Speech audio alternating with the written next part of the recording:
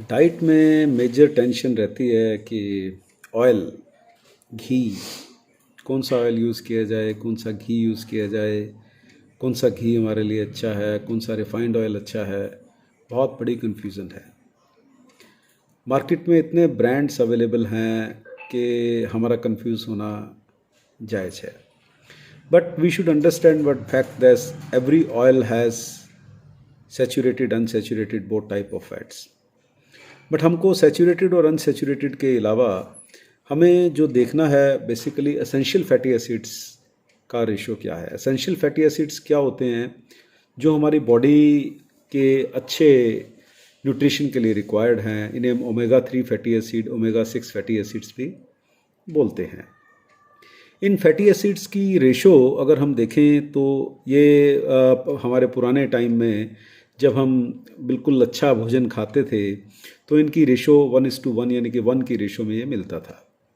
But आज trend बदलता जा रहा है। हम डिफरेंट डिफरेंट टाइप के प्रोसेस्ड ऑयल यूज़ करने लगे हैं और इन फैटी एसिड्स की, एसेंशियल फैटी एसिड्स की रेशो कम होती चली जा रही है। अगर हम देखें तो ओमेगा 3 फैटी एसिड हमारी बॉडी के लिए बहुत एसेंशियल है। ओमेगा 3 फैटी एसिड्स जो हमारे लिए है, ये जो जेनेटिक पैटर्न हमारी बॉडी का है उसको कंट्रोल करने में हेल्प करता है। और ओमेगा 3 फैटी एसिड एक एंटी इन्फ्लामेटरी के तौर पे काम करता है। यह हमारी बॉडी को इम्यूनोमोड्यूलेशन में हेल्प करता है। ट्यूमर नक्रोसिस में यानी कि कैंसर को डेवलप होने से बचाता है। यह और भी बहुत से बॉडी के फंक्शंस के लिए यूज़फुल है। जबकि ओमेगा 6 फैटी एसिड इतना एसेंशियल नहीं है। बट ये दोनों 1:1 की रेशो में पहले पाए जाते थे। बट प्रोसेसिंग के कारण जिस तरह से ऑयल प्रोसेस होने लगा, उस प्रोसेसिंग से इनका जितना इनको हम हीटिंग प्रोसेस से यानी कि मशीन के अंदर प्रोसेस करेंगे ऑयल को, तो इसमें ओमेगा 6 फैटी एसिड टूटना शुरू हो जाता है। ओमेगा 3 फैटी एसिड की रेशो टूटनी शुरू हो जाती है और कम होनी शुरू हो जाती है। सो माय डियर फ्रेंड, हमको सबसे मेन तो ये देखना है कि कौन सा ऑयल हमारे लिए अच्छा है। अगर हम ओमेगा 3 और ओमेगा 6 की रेशो की तरफ देखें, ओमेगा 6 और ओमेगा 3 की रेशो देखें, तो the best is flaxseed oil. Flaxseed oil में ओमेगा 6 फैटी एसिड्स 0.2:1 की रेशो में होते हैं।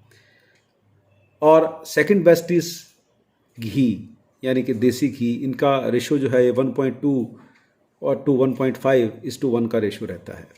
उसके अलावा अगर आप किसी भी ऑयल की रेशो देखेंगे तो you will find they are having more than 2.5:1, 4:1।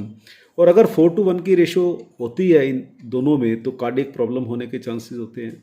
अगर 2.5:1 की रेशो होती है तो रेक्टल कैंसर होने के चांसेस होते हैं। सो इस तरह से डिफरेंट डिफरेंट रेशो पे कोई ना कोई डिजीज़ होने के चांसेस रहते हैं। दूसरी चीज़ मैं आपसे पूछना चाहूँगा कि लोग कहते हैं ऑलिव ऑयल बहुत अच्छा है, लोग कहते हैं कि सनफ्लावर ऑयल बहुत अच्छा है। इनकी अगर ओमेगा 6 ओमेगा 3 की रेशो देखो तो that is very high, number 1।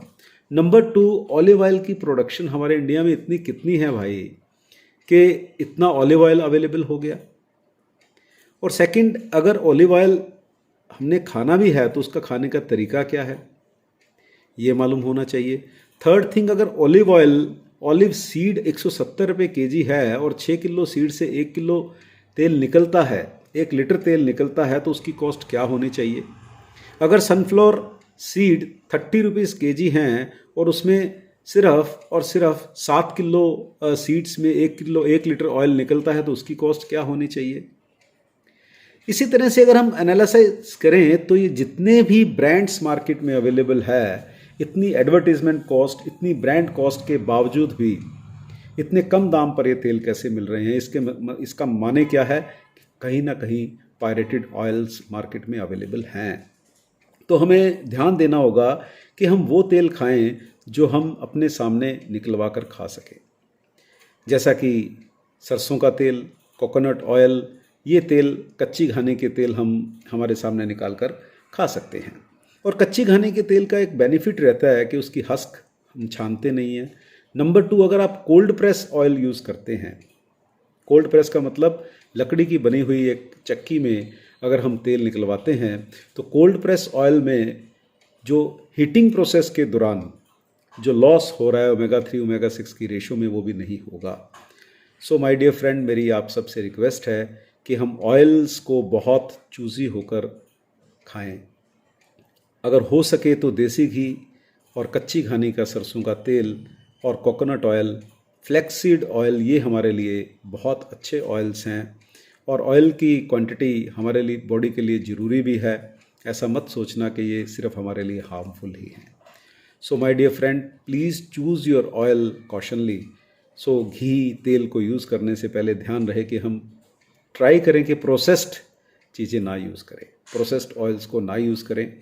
हम हमारे सामने निकलवाए हुए घी तेल को इस्तेमाल करें सो दैट कि हम इन बीमारियों से बच सकें, जैसा कि कार्डियोवास्कुलर डिजीज़, कैंसर की डिजीज़, उसके बाद इम्यूनिटी से रिलेटेड डिजीज़, ये सब प्रॉब्लम्स, अस्थमा की डिजीज़, ये गलत चूज़ किए गए ऑयल से हो सकती है। और फ़िश से मिलने वाला ऑयल बहुत ही अच्छा ऑयल होता है क्योंकि उसमें ओमेगा 3 फैटी एसिड्स बहुत अच्छी क्वांटिटी में मिलते हैं। सो अगर हो सके तो सप्लीमेंट के तौर पर हम ओमेगा 3 फैटी एसिड से रिच सप्लीमेंट्स भी ले सकते हैं, जो कि हम देखते हैं कि कॉड लिवर ऑयल के फॉर्म में, कैप्सूल की फॉर्म में हम बचपन से खाते चले आ रहे हैं। So my dear friend, please choose your oil cautiously. घी हमारे लिए इम्पोर्टेंट भी है और उसकी सिलेक्शन अच्छी होने से हम अपनी सेहत का ख्याल रख सकते हैं। Thank you very much.